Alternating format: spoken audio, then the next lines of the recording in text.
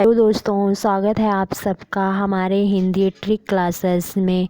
तो आप सबको आज मैं जो है शब्दों का जो वर्गीकरण है उसकी वीडियो ट्रिक से बताने वाली हूँ। आज के बाद आपका जो डाउट है वो कभी नहीं रह जाएगा, आपका डाउट जो है वो क्लियर हो जाएगा। तो मैं चलती हूँ सीधे जो है अपने कॉन्सेप्ट की तरफ।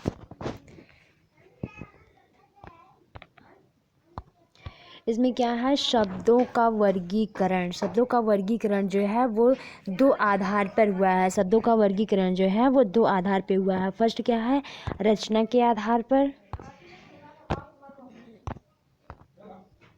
फर्स्ट क्या है, रचना के आधार पर। सेकंड क्या है, उद्गम के आधार पर। तो हम सबसे पहले क्या जानेंगे, रचना के आधार पर। रचना के आधार पर शब्दों का वर्गीकरण किस प्रकार हुआ है। तो मैं चलती हूँ रचना के आधार पर।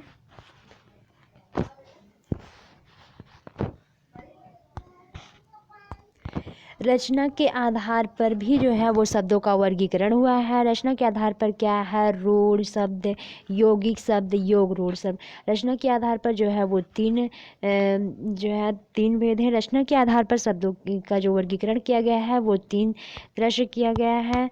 फर्स्ट क्या है, रूढ़ शब्द। अब रूढ़ शब्द किसे कहते हैं, तो हमने ये क्या लिखा है, ये नाक, के कान, ये मुख। अब हम समझते हैं कि ये जो है नाक, कान, मुख कैसे है।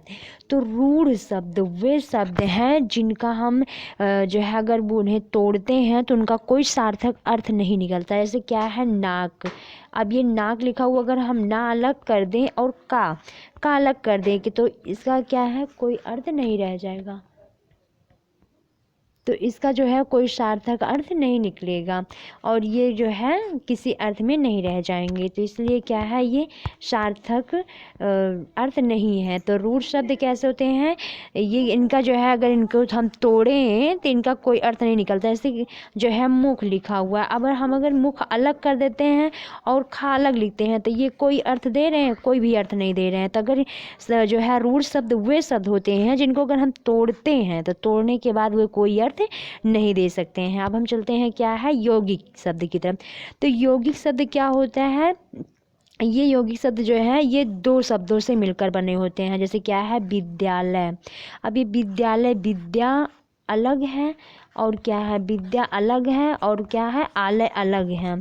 तो ये दो शब्दों के मिलने से बने हैं यौगिक शब्द।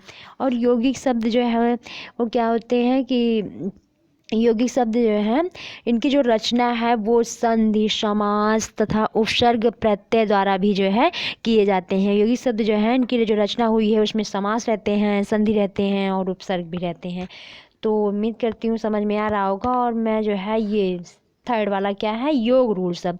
तो योग रूढ़ शब्द क्या होते हैं, ये जैसे क्या है, ये पंकज लिखा हुआ है। अब ये पंकज क्या है, पंकज का जो अर्थ है वो क्या है कि कीचड़ में जो है, कीचड़ में क्या है, कीचड़ में जो उत्पन्न हुआ हो तो उसे क्या कहते हैं, पंकज। लेकिन इसका अर्थ क्या है, कमल। तो ये क्या है, जो तीसरे को बताते हैं, ये पंकज क्या है, कीचड़ में उत्पन्न होना है, लेकिन क्या है, कमल को अर्थ दिखाता है। तो क्या कहते हैं, इसे योग रूढ़ कहते हैं। तो उम्मीद करती हूँ आपके समझ में आ रहा होगा। चलती हूँ मैं नेक्स्ट की तरफ। अब मैं बताती हूँ उद्गम के आधार पर शब्दों का वर्गीकरण। उद्गम के आधार पर शब्दों का वर्गीकरण। तो उद्गम के आधार पर जो शब्दों का वर्गीकरण किया गया है वो क्या है, 5 प्रकार से किया गया है। ये 5 प्रकार से किया गया है। पहला क्या है, तत्सम, उसके बाद में तद्भव, फिर देशज, उसके बाद में संकर, फिर विदेशी। उद्गम के आधार पर क्या है, 5 प्रकार से किया गया है। तत्सम, अब समझते हैं हम कि तत्सम शब्द क्या होते हैं। तो तत्सम शब्द वे शब्द होते हैं जो है क्या है, वो संस्कृत से बिना किसी परिवर्तन के हिंदी में आए हुए हैं। वो क्या होते हैं, वो तत्सम शब्द कहलाते हैं। जैसे क्या है, अक्षर है, और उसके बाद में क्या है, कनिष्ठ है।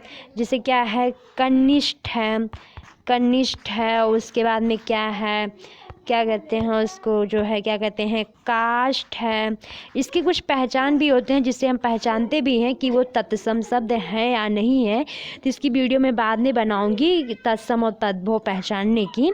तो उम्मीद करती हूँ आपको समझ में आ रहा होगा। चलती हूँ मैं जो है तद्भव की तरफ। तो तद्भव शब्द क्या होते हैं, ये तत्सम शब्द जो धीरे धीरे आके उसके बाद में फिर इस परिवर्तन में आ गया संस्कृत के वे शब्द जो प्राकृत अपभ्रंश से विकृत होते हुए हिंदी में आए हैं, वो तद्भव शब्द कहलाते हैं। तो क्या, जैसे क्या है कि आग है। अब आग क्या है, आग क्या है, एक तद्भव शब्द है। आग एक तद्भव शब्द है। अभी जैसे आंसू है, आंसू है तो आंसू क्या है, एक तद्भव शब्द है। तो ऐसे ही जैसे जो है क्या कहते हैं उसको,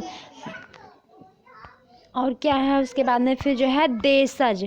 देशज शब्द वे शब्द होते हैं जो हमारे यहाँ के हैं, जो हमारे यहाँ जैसे जब हमारा देश से था तो क्या कहते हैं, मतलब जो विदेशी वर्ड नहीं है हमारे देश के हैं। जैसे क्या है लोटा, लोटा क्या है, ये एक देशज शब्द है।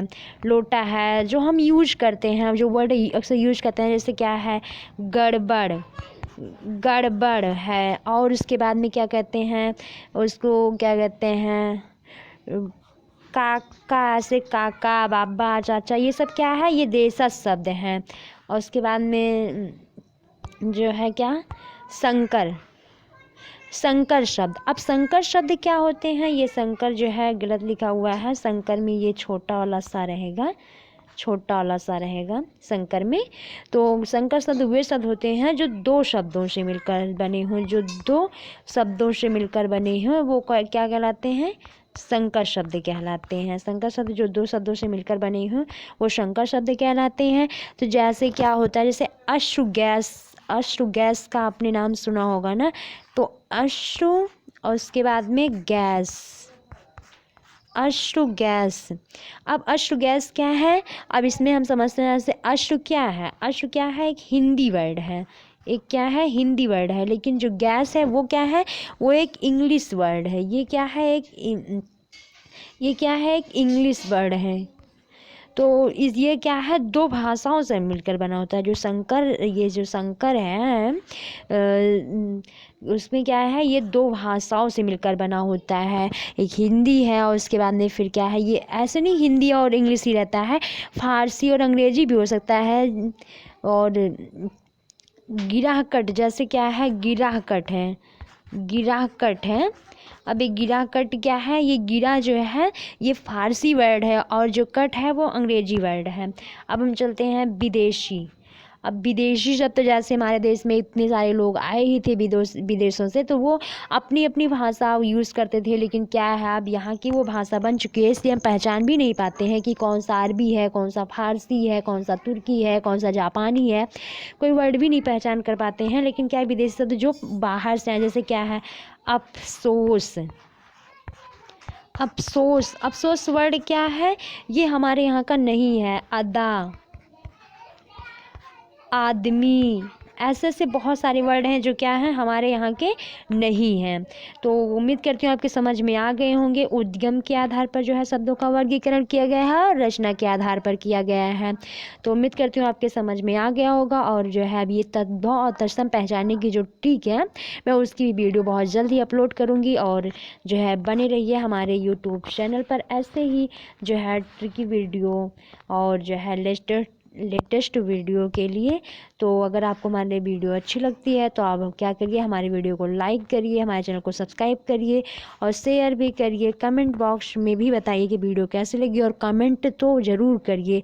और उसके बाद में फिर क्या है, बने रहिए हमारे जो है यूट्यूब चैनल पर। मिलती हूँ मैं नेक्स्ट वीडियो के साथ, तब तक के लिए थैंक यू।